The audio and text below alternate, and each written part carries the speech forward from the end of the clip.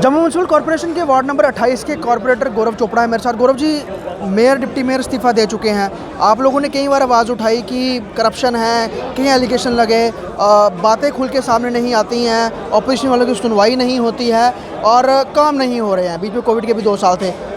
देर के बाद ऐसा फैसला लिया मेयर डिप्टी मेयर ने, क्या लगता है उनकी अपनी मजबूरी थी या फिर जैसे वो कह रहे हैं कि संगठन में काम करना चाहते थे तो वो वाला फैक्टर था? रहा सवाल मेयर और डिप्टी मेयर का रिज़ाइन करने का, देर आए दुरुस्त आए। अगर संगठन का काम अब जाकर याद आ रहा है 4 साल के बाद, तो 4 सालों में क्या किया? प्रोटोकॉल को एंजॉय किया। क्या आप मेयर और डिप्टी मेयर रह के संगठन का काम नहीं कर पा रहे थे? इसका मतलब आप जम्मू शहर का काम नहीं कर पा रहे थे, जम्मू की सेवा नहीं कर पा रहे थे, नगर निगम का काम नहीं कर पा रहे थे, आप सिर्फ प्रोटोकॉल को एंजॉय कर रहे थे। कभी कहीं पे प्रेस कॉन्फ्रेंस है, कभी कहीं कॉन्फ्रेंस है, कभी कश्मीर चली गए, कभी दिल्ली चली गए, कभी अहमदाबाद चली गए। और यहाँ जब लोगों को सबसे ज़्यादा जम्मू म्यूनसिपल कॉर्पोरेशन की ज़रूरत थी और एक स्ट्रांग एडमिनिस्ट्रेशन की ज़रूरत थी, तब आप कोई फैसला नहीं ले पाए। तब जब कोविड के दौरान यहाँ ऑक्सीजन ख़त्म हुई, लोगों के घरों में फॉगिंग नहीं करा पाए, मशीनरी आपकी डम पड़ी रही, तब आप फैसला नहीं ले पाए। अगर आपने काम किया होता स्मार्ट सिटी में, तो लोगों के घरों में 2 घंटे की बारिश में वो गंदा पानी नहीं आता। क्या यही फैक्टर था या फिर जो कठुआ या उधमपुर में हुआ उसकी वजह से ये निर्णय लिए गए? देखिए, कहीं ना कहीं इनको डर तो था कि जो कठुआ और उधमपुर में हुआ, उसके बाद वो चिंगारी जम्मू के अंदर भी आ चुकी थी और ये प्रक्रिया जो है वो पिछले 1 महीने से चल रही थी।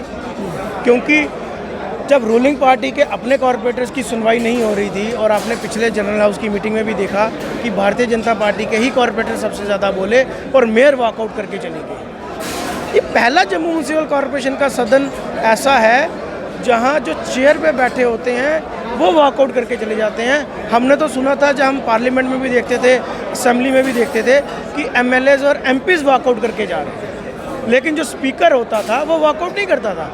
यहाँ उल्टा ही जम्मू के अंदर देखने को मिला। कॉर्पोरेशन के अंदर जब भी हमारी जनरल हाउस की मीटिंग होती थी तो मेयर साहब वॉकआउट कर जाते थे। तो मतलब अभी आपका मतलब इनसे ज़बरदस्ती ये करवाया गया? बिल्कुल, यकीनन ज़बरदस्ती करवाया गया। इनको डर था कि इनकी पार्टी के कॉर्पोरेटर्स बागी ना हो जाएं। इनको डर था कि अब इलेक्शंस आने वाली हैं, जम्मू शहर के अंदर जगह जगह कूड़े का ढेर नज़र आता है। स्मार्ट सिटी में कौन से प्रोजेक्ट चल रहे हैं इनको खुद नहीं मालूम होता, कितनी कमीशन चल रही है नहीं मालूम होता। हमारे 19 करोड़ का जो स्कैंडल यहाँ पे आया PF ESI का, बच्चों का जो NGOs के हमारे बच्चे हैं, उन 12 NGOs के खिलाफ कोई कार्रवाई नहीं की इन लोगों ने। नहीं समझ में आया, कोई नहीं आया। 2 बार CBI के रेट हुए, कुछ निकल कर नहीं आया, किसी को नहीं पता चला वो फाइलें कहाँ गई, क्यों रेट हुई। कम से कम ये तो बताते आप कि आपने रेट की। अगर कोई इन्फॉर्मेशन थी, CBI की रेट होती है जब आपको होम मिनिस्टर की अथॉरिटी मिलती है। जब होम मिनिस्ट्री की अथॉरिटी मिली और CBI की रेट हुई, वहाँ से क्या निकल के आया? फाइलें क्लोज हो गई। ये तमाम मुद्दे तो थे। स्ट्रीट लाइटें आप देखें कि हमारे नवरात्रे आ गए हैं, दिवाली हो, ईद हो, कुछ भी हो, गुरपुर्ब हो, लेकिन स्ट्रीट लाइटें नहीं ठीक हुई पिछले 4 सालों में। अब इस्तीफे जब वो ये कहा गया कि 2.5 साल का, क्योंकि लोगों को भ्रमित करने के लिए, क्योंकि लोगों को शायद बातें भूल जाती हैं, ऐसे पार्टियों को लगता है बट लोग भूलते नहीं हैं। उन्होंने कहा कि 2.5 साल के वक्त के बाद हमने वैसे भी बदलना था, तो 2.5 साल का वक्त बीत गया। हालांकि ये तो 4 साल बीत रहे हैं और अगर तय समय भी हुआ तो अगले साल चुनाव हो जाएंगे। उसमें मैं आपको क्लियर कर दूँ कि जब हमारे नगर निगम के चुनाव नहीं हुए थे, उससे पहले जो हमारा एक्ट था उसमें साफ तौर पे लिखा था कि मेयर और डिप्टी मेयर जो होंगे वो 1-1 साल के होंगे। खास करके सिर्फ मेयर की चेयर है, डिप्टी मेयर की कोई पावर्स नहीं है। लेकिन जब यूटी बना, यूटी में हमारा एक नया एक्ट आया। यूटी बनने से पहले इन्होंने कहा कि 2.5 साल का पीरियड है, जो हमारा नया म्यूनसिपल कॉर्पोरेशन का एक्ट है। जब यूटी बन गया तो यूटी के अंदर 5 साल का मेयर और डिप्टी मेयर होता है।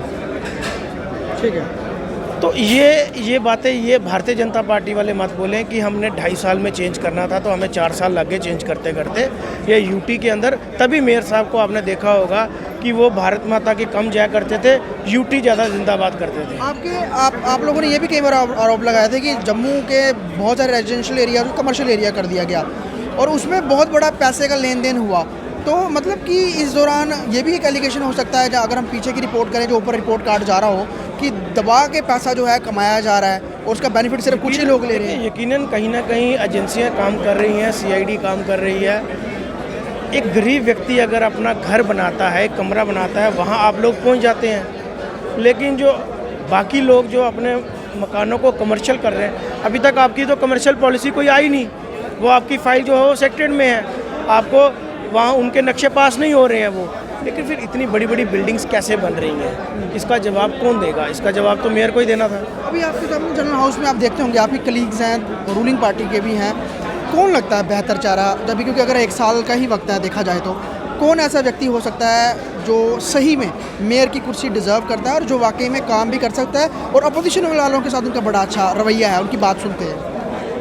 क्योंकि अगर मैं भारतीय जनता पार्टी में ही किसी को चुनने की बात करूं तो वहाँ अच्छे लोग हैं, राजेंद्र शर्मा जी हैं, प्रमोद कपाई जी हैं, बलदेव सिंह बलौरिया हैं, पवन सिंह हैं, जो अपनी आवाज़ पार्टी पॉलिटिक्स से उठकर भी हाउस जनरल हाउस के अंदर रखते थे। ये तो अपनी पार्टी के खिलाफ भी बोल देते थे। खिलाफ भी बोलते थे कि काम नहीं हो रहा, मेयर साहब आप काम नहीं कर रहे। ये जो चेहरे हैं, अगर इनमें से किसी को मौका मिलता है तो मुझे लगता है कि 1 साल में कहीं सुधार होगा। तो अगर लेकिन अगर अपोजिशन में अगर लाने की कोशिश करें तो आपको हमेशा अगर दिखता होगा तो 2 ही चेहरे दिखते होंगे। गौरव चोपड़ा का नाम, अमित गुप्ता का नाम, 2 ही लोग हैं जो बोलते हुए दिखते हैं।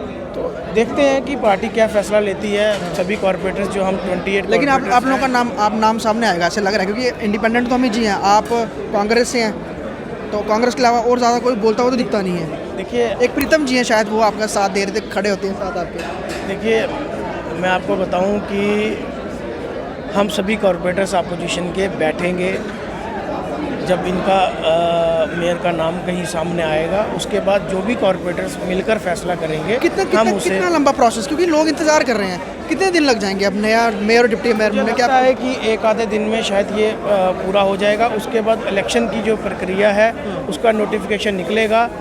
तो अब मुझे लगता है कि ये जो सारा प्रक्रिया है ये आफ्टर नवरात्रा ही शायद हो। क्रॉस वोटिंग का भी बड़ा जिक्र होता है इलेक्शनों में कि जी जो व्यक्ति जो पार्षद हैं उनको अपनी तरफ करने के लिए तमाम कोशिशें की जाती हैं। आपको लगता है यहाँ भी इस बार भी ऐसा कुछ फैक्टर होगा, कुछ अपोजिशन वालों को, इंडिपेंडेंट को अपनी तरफ अपना नंबर बढ़ाने के लिए उनको अपनी साथ साथ सकती है बीजेपी?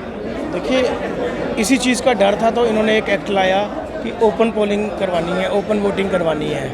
अगर इनको इस चीज़ का डर नहीं होता तो शायद मेयर और डिप्टी मेयर का रिज़ाइन भी नहीं होता। तो ये गौरव चोपड़ा मेरे से बात कर रहे थे और इन्होंने कहा कि शायद 1-2 दिन में अनाउंस हो जाएगा कि जम्मू का मेयर और डिप्टी मेयर कौन बढ़ेगा। लेकिन सबसे बड़ी बात, लोग इंतज़ार कर रहे हैं, 4 साल का वक्त बीत गया है और बड़े सारी चीज़ों को लेकर जम्मू म्यूनसिपल कॉर्पोरेशन जो है उसमें चुनाव 13 साल के बाद हुए थे, लोगों की बड़ी सारी उम्मीदें थी, लेकिन बड़ी सारी उम्मीदों पे बीजेपी खरी नहीं उतरी।